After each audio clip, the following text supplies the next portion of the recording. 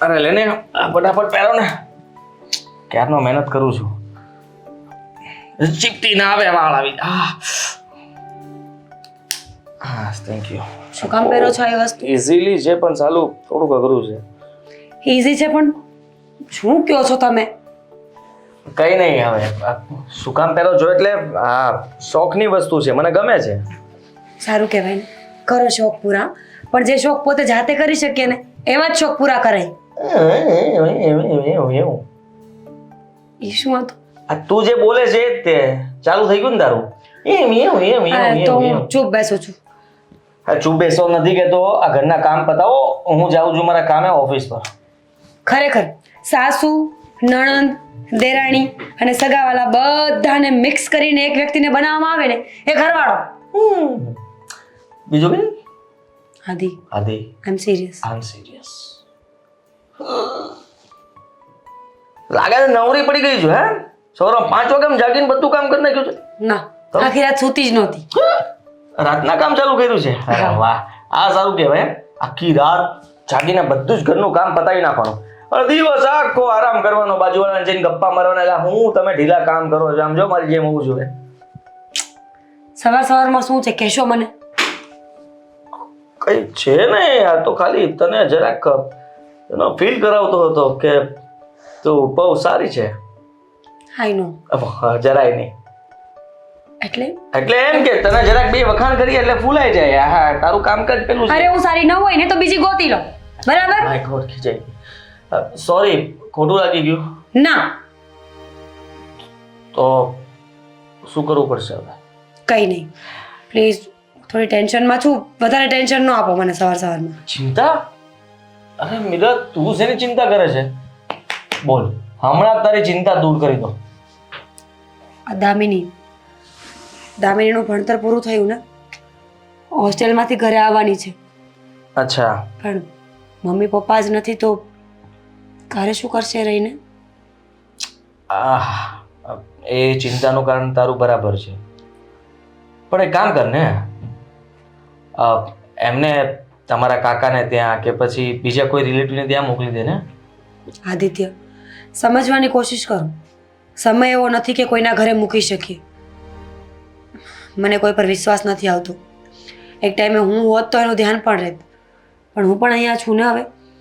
અને દામિની હજી બહુ નાની છે, એને એવી રીતે કોઈના ઘરે મોકલવી એ સેફ નથી લાગતું મને. અને એકલી તો એ રહી જ ના શકે. બિલકુલ નહીં, તારી વાત સાચી છે. કારણ કે અત્યારનો સમય, અને એકલી છોકરીને આમ પણ ન રખાય. પણ હું માનું છું ત્યાં સુધી દામિની એમ તો હિંમતવાળી છે, અને હોસ્ટેલમાં રહેલી છોકરી હંમેશા પાવરફુલ હોય છે. પણ જ્યારે બધા સહારા તૂટી જાય ને ત્યારે માણસને હિંમત આપોઆપ ભાંગી જાય. મમ્મી પપ્પા ગયા એને જાજો ટાઈમ નથી થયો, ક્યારે આદત જ નથી એને એકલું રહેવાની. અને આમ પણ એકલતા બહુ ખરાબ છે. એકલું માણસ ક્યારેય જીવી ન શકે. એકદમ સાચી વાત કરી છે તે. તો પછી એક કામ કર ને, એને આપણા ઘરે બોલાવી લે. અહીંયા તું તો છે જ, તો એને કંપની રહેશે. સાચે? હા, મજાક નથી કરતો. જો દામિની બીજે કઈ જગ્યાએ તને રહેવા માટે યોગ્ય ન લાગતું હોય તો આપણું ઘર તો સેફ છે ને. સાચી વાત છે તમારી. એ તો મને યાદ આવ્યું જ નહીં કે આપણું ઘર તો છે, અને તમે પણ ના નહીં પાડો. પણ મમ્મીએ તું વાત કરી લે છે ને, તું કહી દેજે. નો, નેવર. મમ્મી સાથે હું કોઈ જાતની વાત નહીં કરું. જો આદિ, આ તમને સારું ફાવે છે, કોઈ પણને વાતોની આંટીમાં લઈ લેવું અને વાત મનાવીને એ તમને ફાવે, મને નહીં. જો આ તું કહીશ તો મમ્મીને સારું લાગશે. કદાચ મમ્મી ક્યારેય ના તો નહીં જ પાડે, પણ તું કહીશ તો ના જ નહીં પાડી શકે. કારણ કે તમે કહેશો ને તો પણ ના તો નહીં જ પાડે, અને જો ના પાડવાની હશે ને તો મને પણ પાડી દેશે.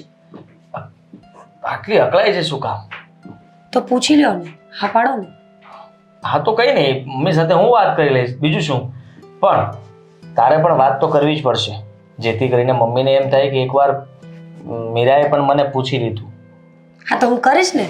એકવાર તમે વાત કરી લો, મમ્મી તમને હા પાડે ને પછી હું વાત કરી લઈશ. અરે વાહ, હા તો કઈ વાંધો નહીં. સારું, હું હમણાં જ મમ્મી સાથે વાત કરી લઈશ, ઠીક છે? અને બીજું શું કહેતો હતો કે આ રાત્રે ઉજાગરા ઓછા કરો. આદિ શું બોલો છો તમે? ઉજાગરા કોણ ઉજાગરા કરે છે? તમે રાતના 2-2 વાગ્યા સુધી ફોનમાં હોવ છો, હું નહીં. હા પણ ત્યાં સુધી તું કામ જ કરતી હોય છે. 2 વાગ્યા સુધી કયા ઘરમાં આટલું બધું કામ રહેતું હશે કે માણસ રૂમમાં પણ ના આવે? સાચી વાત છે તમારી. લગ્ન કરીને આવીને ત્યારે બહુ સપના જોયા હતા કે સસરાના ઘરે જઈને કંઈ જ કામ નહીં કરવું પડે, પણ અહીંયા આવીને બધું ચૂરચૂર થઈ ગયું. Oh my God. હા સોરી, ચૂરચૂર થઈ ગયું છે ને, તો આપણે ચૂરન ને બધું મિક્સ કરીને ખાઈ જઈશું. ચાલો બાય, હું જાઉં છું ઓફિસે. ઠીક છે? અને મમ્મી સાથે હું વાત કરી લઈશ, તું દામિની સાથે પણ વાત કરી લેજે. હા ને? હા તું કામ કર ને ઘરના. હા તમે તમારું કામ કરો ને, હું તો જાઉં જ છું ઓફિસમાં. વાત કરીને જાજો.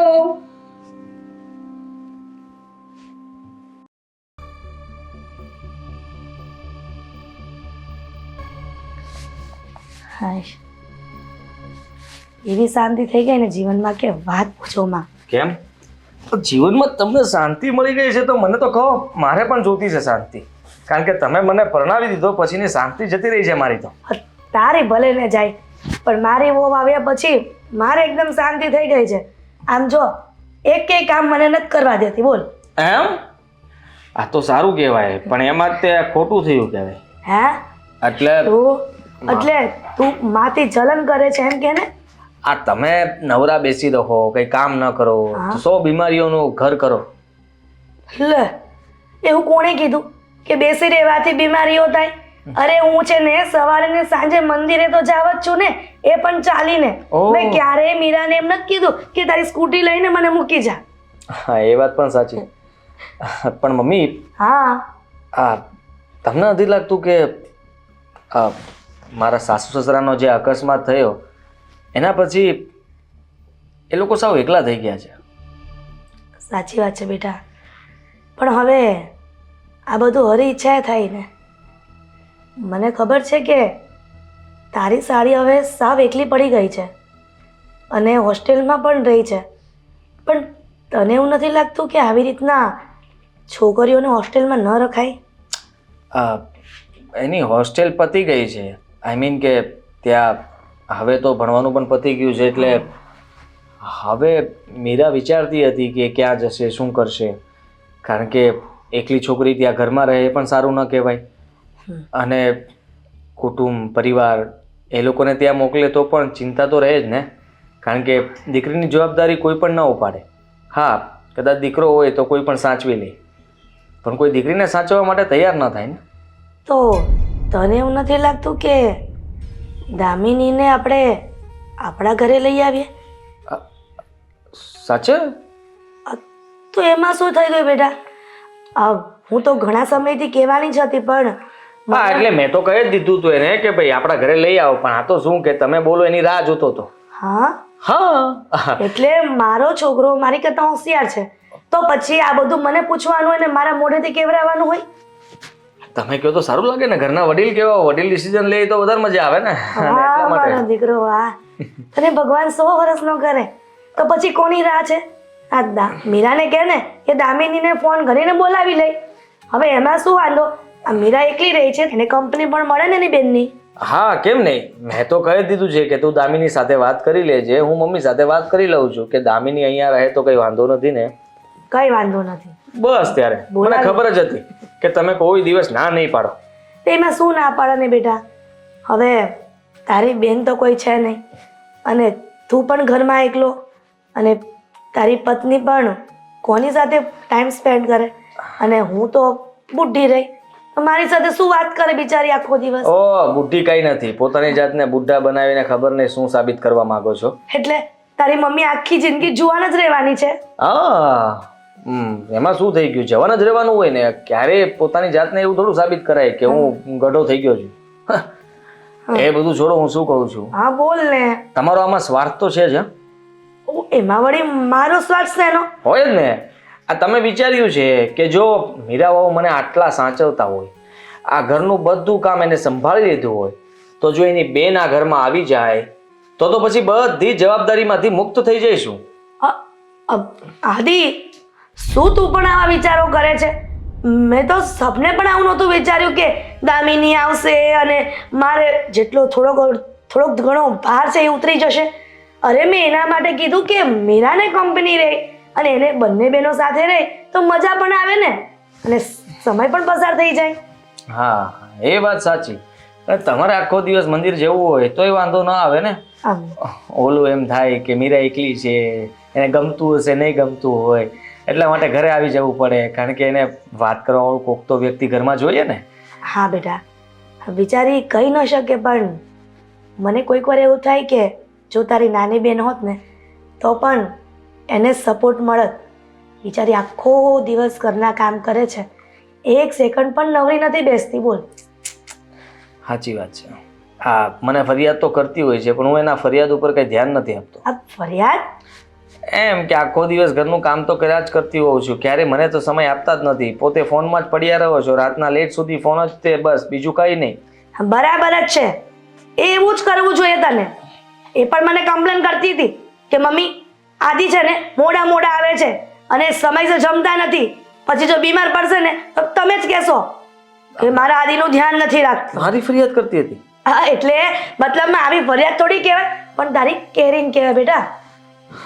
એને તો હું જોઈ લઈશ. એ પણ છે ને એ તમારી પણ ફરિયાદ કરતી હતી કે મમ્મી આ હરિભક્તિમાં ખબર નહીં કેટલા ઉતરી ગયા છે કે જ્યારે જુઓ ત્યારે બસ મંદિર મંદિર ને મંદિર. ધ્યાન રાખજો મમ્મીનો. તું હવે છે ને મને ભડકાવ નહીં હો મીરા વિરુદ્ધ. જા જાનો મનો કરતો એ કામ કર. સારું તો ઓફિસ જાઉં છું. જય શ્રી કૃષ્ણ. જય શ્રી કૃષ્ણ. બળેલો તેમાં. હેલો મિત્રો, જો તમને અમારો વિડીયો પસંદ આવ્યો હોય તો અમારી ચેનલને લાઈક કરો, શેર કરો અને સબસ્ક્રાઇબ કરો. Thank you.